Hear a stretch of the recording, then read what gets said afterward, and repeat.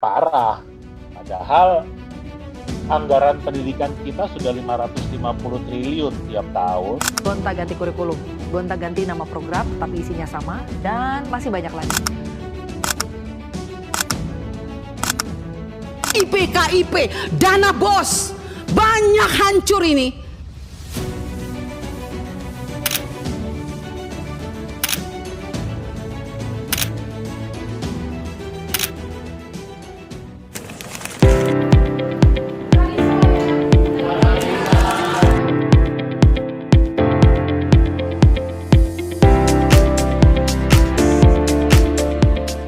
Oleh karena itu, mari kita lanjutkan saja untuk mempersingkat waktu. Di sini saya bersama rekan saya, Gesen Senio, ingin menjelaskan tentang pendidikan berkualitas. Jadi pendidikan itu singkatnya itu adalah proses pembelajaran. Proses untuk mengembangkan pengetahuan, wawasan, kemampuan, karakter, dan nilai moral dari seorang manusia.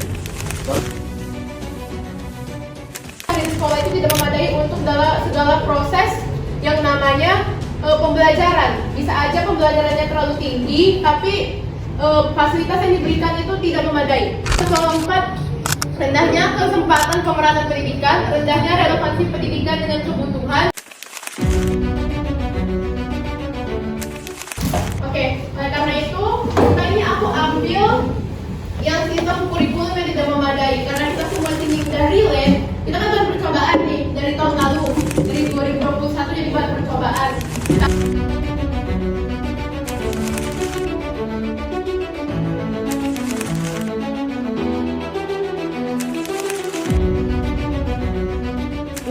Indeks Pembangunan Manusia Indonesia merosot ke peringkat ke-96 dari peringkat ke-87 pada 2018.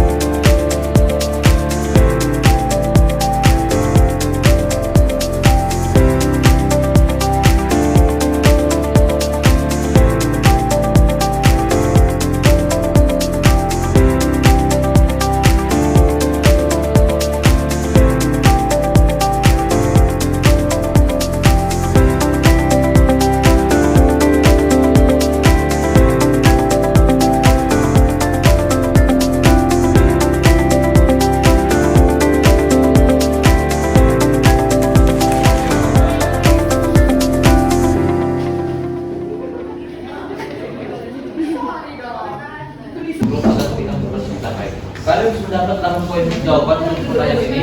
Yang pertama, kurikulum itu adalah blueprint yang esensial sebagai program Kemendikbud Budristek yang mungkin sudah dipecah menjadi 3. Artinya apa? Dalam hal koordinasi dengan DPR, mereka itu perlu sebagai kurikulum sebagai blueprint yang esensial. Ini merupakan sebagai tujuan utama mereka. Yang kedua adalah penyejahteraan kehidupan guru. Kurikulum dapat tercapai dengan jalin dan tidak menghasilkan pendidikan kualitas itu kembali lagi ke hukum ketenaga kerjaan, di mana kalau Anda memberikan gaji yang baik maka kualitasnya pun bakal baik. Jadi penyejahteraan kehidupan guru ini supaya guru pun dapat memberikan 100% untuk 2013 disposal untuk kurikulum merdeka harus sama semua supaya kualitas itu pun dapat dievaluasi sama. Yang ketujuh adalah mendukung dan mengkritisi proses pendidikan. Saya di belakang untuk menyampaikan jawaban-jawaban kami dari pertanyaan, yaitu di sini kami menjabarkan 4 poin. Dari yang pertama yaitu mengikuti perkembangan zaman. Kami bagi lagi ini menjadi 2 kubu, yaitu pemerintah dan masyarakat. Pemerintah dan masyarakat tentunya ini harus saling bersatu ya. Kalau misalnya pemerintah, contoh konkretnya itu benar seperti dikatakan online, perlunya evaluasi yang secara berkala. Evaluasi ini penting karena misalnya kalau misalnya pemerintahnya sudah menjalankan suatu kurikulum, tapi ternyata kalau siswanya ini nggak efisien, nggak mau mengikutinya dengan baik, percuma ada kurikulum itu. Terus masyarakat juga harus mengembangkan SDM-nya, yaitu nggak perlu close minded gitu. Seiring berkembangnya zaman, pasti ada teori-teori atau ada ilmu yang bertambah. Jadi masyarakat ini harus mau membuka pikirannya dan mau untuk keluar dari comfort zone-nya. Terus kembangkan lagi, misalnya contoh konkretnya adanya keterlibatan tugas sama sosial media. Misalnya kita disuruh buat poster. Sebenarnya ini sebuah peluang yang besar bagi masyarakat atau siswa supaya dia bisa menyebarluaskan informasi dari pelajarannya itu ke masyarakat lain di luar sekolah. Oke, kawan dan teman-teman semuanya, saya akan membawakan jawaban tentang hal yang terdiskusikan ini. Jadi dari kelompok kami ada memilih 4 faktor yang tadi menyebabkan pendidikan berkualitas ini mengapa sih tidak tercapai. Jadi poin yang utama yang pasti itu seringnya berubah kurikulum di Indonesia, sehingga pendidikan berkualitas itu tidak tercapai. Jadi menurut kami pemerintah itu harus mengikuti minat dan bakat siswa dalam pergantian kurikulum ini, lalu melakukan inovasi dalam rentang waktu yang tidak berdekatan.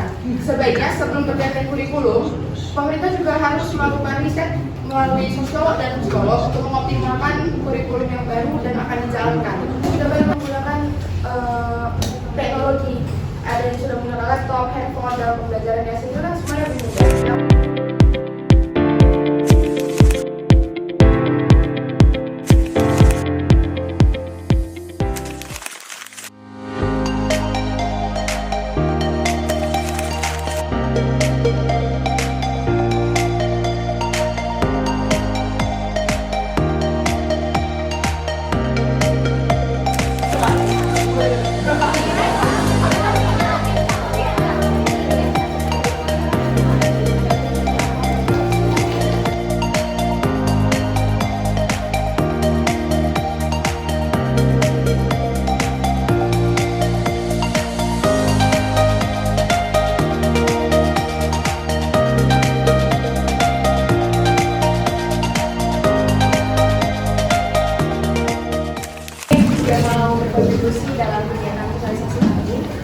Jadi sebelum kami tutup, aku mau ingatkan lagi. Jadi untuk pendidikan kualitas itu bukan hanya tugas pemerintah, tetapi tugas kita bersama. Jadi